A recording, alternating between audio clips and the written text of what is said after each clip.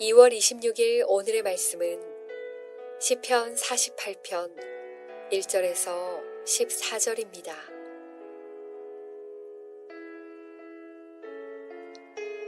여호와는 위대하시니 우리 하나님의 성 거룩한 산에서 극진히 찬양 받으시리로다. 터가 높고 아름다워 온 세계가 즐거워하며 큰 왕의 성 곧 북방에 있는 시온산이 그러하도다. 하나님이 그 여러 궁중에서 자기를 요새로 알리셨도다. 왕들이 모여서 함께 지나갔으며 그들이 보고 놀라고 두려워 빨리 지나갔도다.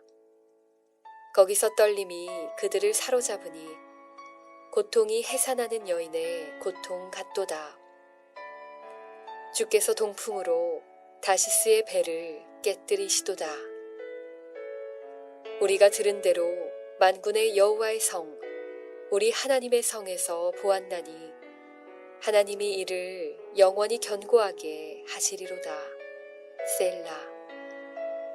하나님이여, 우리가 주의 전 가운데에서 주의 인자하심을 생각하였나이다.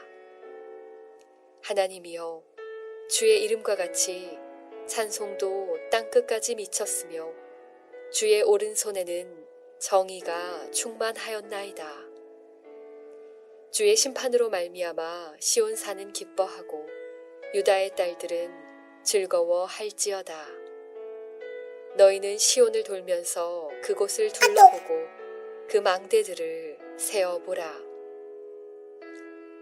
그의 성벽을 자세히 보고 그의 궁전을 살펴서 후대에 전하라.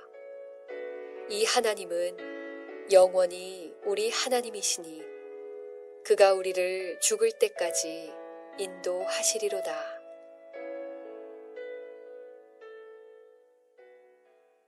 주님께서 주신 소중하고 복된 날입니다. 오늘 묵상 본문은 시편 48편으로서 크게 네 부분으로 구성되어 있습니다.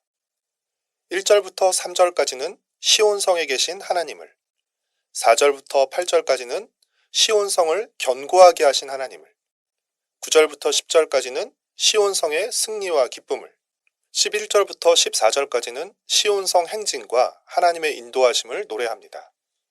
시편 48편이 어떤 역사적 배경에서 쓰여졌는지는 잘 알지 못하지만 2절에 시온산을 언급한 것과 찬양시라는 시의 형식 때문에 시온의 노래라고도 불립니다. 시편 48편은 겉으로는 큰 왕의 성인 시온성의 견고함과 높음과 아름다움을 노래하는 것 같지만 실제로는 그곳에 임재하시는 하나님의 영광을 찬양하고 있습니다. 1절에서 시인은 여호와의 위대하심을 선포하며 극진한 찬양을 돌립니다. 하나님은 지극히 크신 분이시기에 지극한 찬양을 돌려야 하는 것입니다. 하나님은 큰 왕이시기에 하나님이 계신 성도 큰 성인 것입니다. 큰 왕이신 하나님의 성이 있는 곳은 북방에 있는 시온산입니다. 그리스 신화에 보면 올림포스 산이 나오는데 올림포스 산은 실제로 그리스 북부에 있는 산입니다. 그리스 사람들은 그리스에서 가장 높은 산인 올림포스 산 정상에 그리스 신들이 살고 있었다고 생각한 것입니다. 우리식으로 말하면 올림포스 산을 신령한 산으로 생각했던 것입니다. 그리스 신화의 올림포스 산에 해당하는 신령한 산이 가나안 신화에서는 자포온이라 불리는 북방에 있는 산이었습니다. 당시 가나안 사람들은 가장 높고 아름다운 북방에 있는 산에 가나안의 최고의 신으로 알려진 엘이 살고 있다고 생각했습니다. 시인은 당시 가나안 사람들이 갖고 있던 이런 이미지를 사용해서 가장 위대한 신이 바로 하나님이시며 그 자폰산이 바로 시온산이라고 선포하고 있는 것입니다.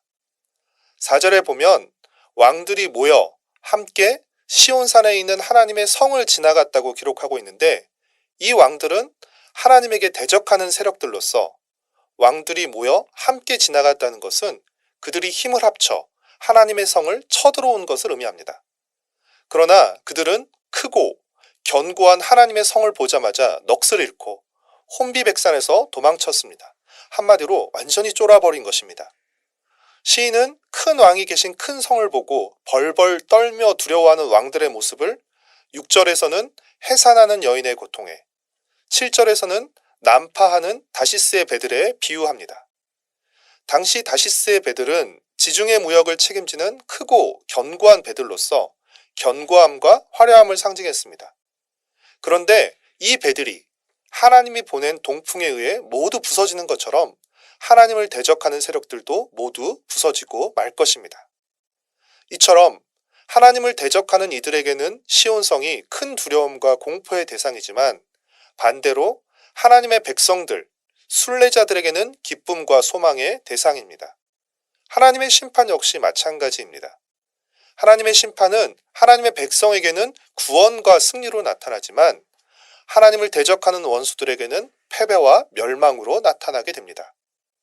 그렇기에 하나님의 백성은 심판으로 인해 기뻐하고 즐거워할 수 있는 것입니다. 11절 말씀입니다. 주의 심판으로 말미암아 시온산은 기뻐하고 유다의 딸들은 즐거워할지어다. 시인은 12절부터 13절까지 예배에 참여한 순례자들을 향해 시온성을 면밀하게 살펴보고 하나님이 지키신 그 성이 얼마나 견고하고 아름다운지를 알고 후대에게 전하라고 말합니다. 그러나 시온성의 견고함은 건물 자체의 특별함에 달린 것이 아니라 그곳에 계신 하나님 때문이며 시온의 영광 또한 건축물 자체의 영광이 아니라 하나님의 영광인 것입니다. 사랑하는 성도 여러분, 그 하나님이 오늘 우리의 하나님이시며 그 하나님이 죽을 때까지 우리를 인도하십니다. 14절 말씀입니다. 이 하나님은 영원히 우리의 하나님이시니 그가 우리를 죽을 때까지 인도하시리로다. 그 주님이 오늘 우리와 함께 하시며 한결같은 사랑을 베풀어 주십니다. 기도하겠습니다. 사랑하는 주님, 주님이 큰 왕이시며 큰 성이십니다. 주님의 아름다움과 견고함을 찬양하고 주님의 인자와 심판을 기대하며 살게 하여 주시옵소서. 말씀을 통해 주님을 바라보고 헤아리며 그 주님을 후대에 전하며 살게 하여 주시옵소서. 죽을 때까지 주님의 인도를 받으며 살게 하여 주시옵소서. 예수님의 이름으로 기도합니다. 아멘.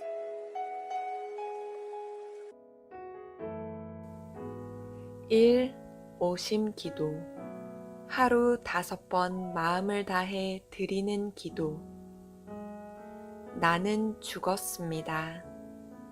제가 주인이 아니고 예수님이 저의 주인이십니다. 예수님은 십자가에서 죽으시고 부활하셨습니다. 부활하신 예수님을 가슴으로 만나서 따라가며 간증합니다.